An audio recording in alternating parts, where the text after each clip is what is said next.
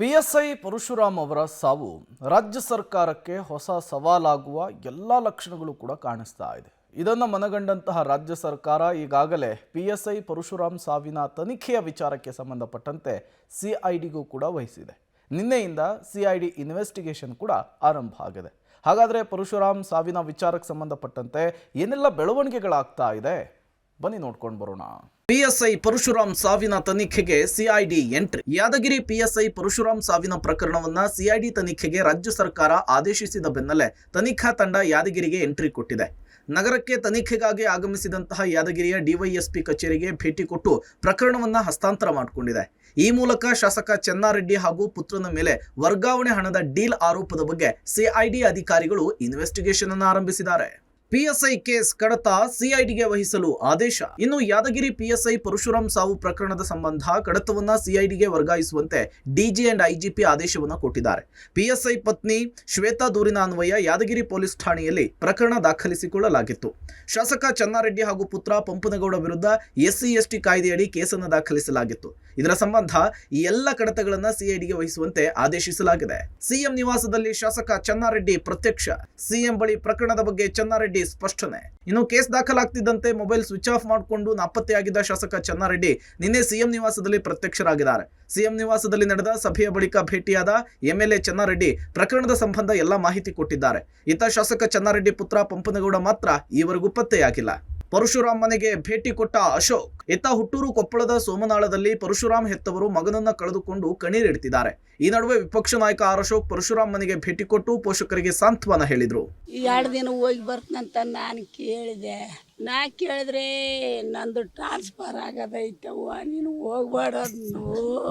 ನಾನು ನಿಂತು ಟ್ರಾನ್ಸ್ಫರ್ ಮಾಡಾಕ 2 ದಿನ ಹೋಗಿ ಮತ್ತೆ ಬಂದು ಮಾತಾಡ್ನಪ್ಪ ಅಂತ ನನ್ನ ಮಗನ ಕೂಡ ಮಾತಾಡಿದ್ದೆ. ನನಗೆ ಟ್ರಾನ್ಸ್ಫರ್ ಮಾಡಾಕ ರೊಕ್ಕ ಯಾರು ಕೊಡ್ತಾರಂತ ಕೇಳಿದ್ನು.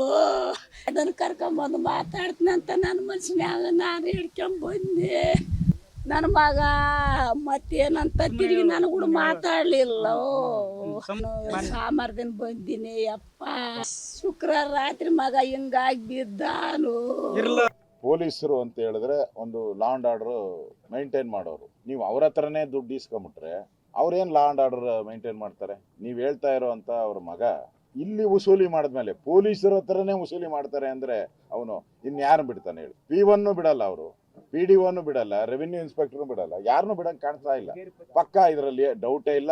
ನಾನು ಬರಬೇಕಾದ್ರೆ ನನಗೆ ಬೇಕಾದಷ್ಟು ಮಾಹಿತಿಯನ್ನ ತಗೊಂಡೇ ಬರೋದು. ನಾನು ವಿರೋಧ ಪಕ್ಷದ ನಾಯಕನಾಗಿದ್ದೀನಿ. ಇದೊಂಥರ ಭ್ರಷ್ಟಾಚಾರ. ಪ್ರತಿ ಇಲಾಖೆಯಲ್ಲೂ ಕೂಡ ದುಡ್ಡು ಕೊಟ್ಟಿಲ್ಲ ಅಂದ್ರೆ ಇಲ್ಲಿ ಪೋಸ್ಟಿಂಗ್ ಇರಕ್ಕೆ ಸಾಧ್ಯನೇ ಇಲ್ಲ.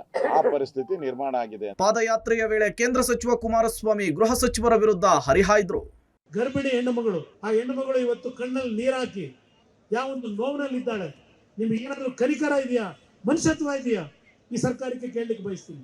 ಒಬ್ಬ ಕೂಲಿ ಕಾರ್ಮಿಕನ ಮಗ ಇವತ್ತೇನು ಒಂದು ಪೊಲೀಸ್ ಅಧಿಕಾರಿಯಾಗಿ ಕೆಲಸ ಮಾಡತಕ್ಕಂಥವನ್ನ ಇವತ್ತು ಮಾನಸಿಕವಾಗಿ ಹಿಂಸೆ ಕೊಟ್ಟು 20 ಲಕ್ಷ ರೂಪಾಯಿಗಳ ಲಂಚವನ್ನೂ ಪಡೆದು ಮತ್ತೆ ಪೋಸ್ಟಿಂಗ್ ಕೊಡದೆ ಆ ವ್ಯಕ್ತಿಯ ಮರಣಕ್ಕೆ ಕಾರಣರಾಗಿರ್ತಕ್ಕಂಥ ಪರಮೇಶ್ವರ್, ಇವತ್ತು ಯಾವ ದಲಿತರನ್ನ ಇವತ್ತು ನೀವು ರೆಪ್ರೆಸೆಂಟ್ ಮಾಡ್ತಾ ಇದ್ದೀರಿ?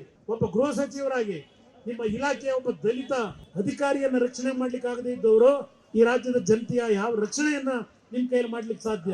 ಗೃಹ ಸಚಿವ ಪರಮೇಶ್ವರ್ ಮಾತನಾಡಿ, ಮರಣೋತ್ತರ ಪರೀಕ್ಷೆಯ ವರದಿ ಬಂದ ಬಳಿಕ ಪರಶುರಾಮ್ ಸಾವಿಗೆ ಕಾರಣ ಗೊತ್ತಾಗುತ್ತೆ.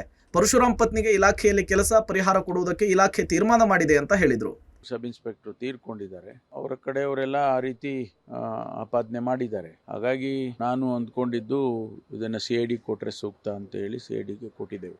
ಏನಕ್ಕೆ ಸತ್ತಿದ್ದಾರೆ ಅಂತೇಳಿ ಈಗ ಪೋಸ್ಟ್ ಮಾರ್ಟಮ್ ರಿಪೋರ್ಟ್ ಬರಬೇಕು. ಅದರ ವರದಿ ಬಂದ ಮೇಲೆ ಗೊತ್ತಾಗ್ತದೆ ಏನು ಯಾವ ರೀತಿ ಅವರು ಸಾವನ್ನಪ್ಪಿದ್ದಾರೆ ಅಂತೇಳಿ. ಅವರ ಶ್ರೀಮತಿಯವರಿಗೆ ಇಲಾಖೆಯಲ್ಲಿ ಕೆಲಸ ಕೊಡಬೇಕು ಮತ್ತು ಕಾಂಪನ್ಸೇಷನ್ ಕೂಡ ಕೊಡಬೇಕು ಅನ್ನೋದ್ರ ಬಗ್ಗೆ ನಾವು ತೀರ್ಮಾನ ಮಾಡ್ಕೊಂಡಿದ್ದೇವೆ. ಈಗಾಗಲೇ ಮೂಡ ವಾಲ್ಮೀಕಿ ಹಗರಣದಲ್ಲಿ ಸಿದ್ದು ಸರ್ಕಾರ ಸಿಲುಕಿಕೊಂಡು ಒದ್ದಾಡ್ತಾ ಇದೆ. ಇದೀಗ ಆಡಳಿತ ಪಕ್ಷದ ಶಾಸಕ ಅರೆಸ್ಟ್ ಆದ್ರೆ ಮತ್ತಷ್ಟು ಮುಜುಗರಕ್ಕೆ ರಾಜ್ಯ ಸರ್ಕಾರ ಒಳಗಾಗೋದ್ರಲ್ಲಿ ಡೌಟ್ ಇಲ್ಲ. Praveen Reddy, public TV, Yadgir.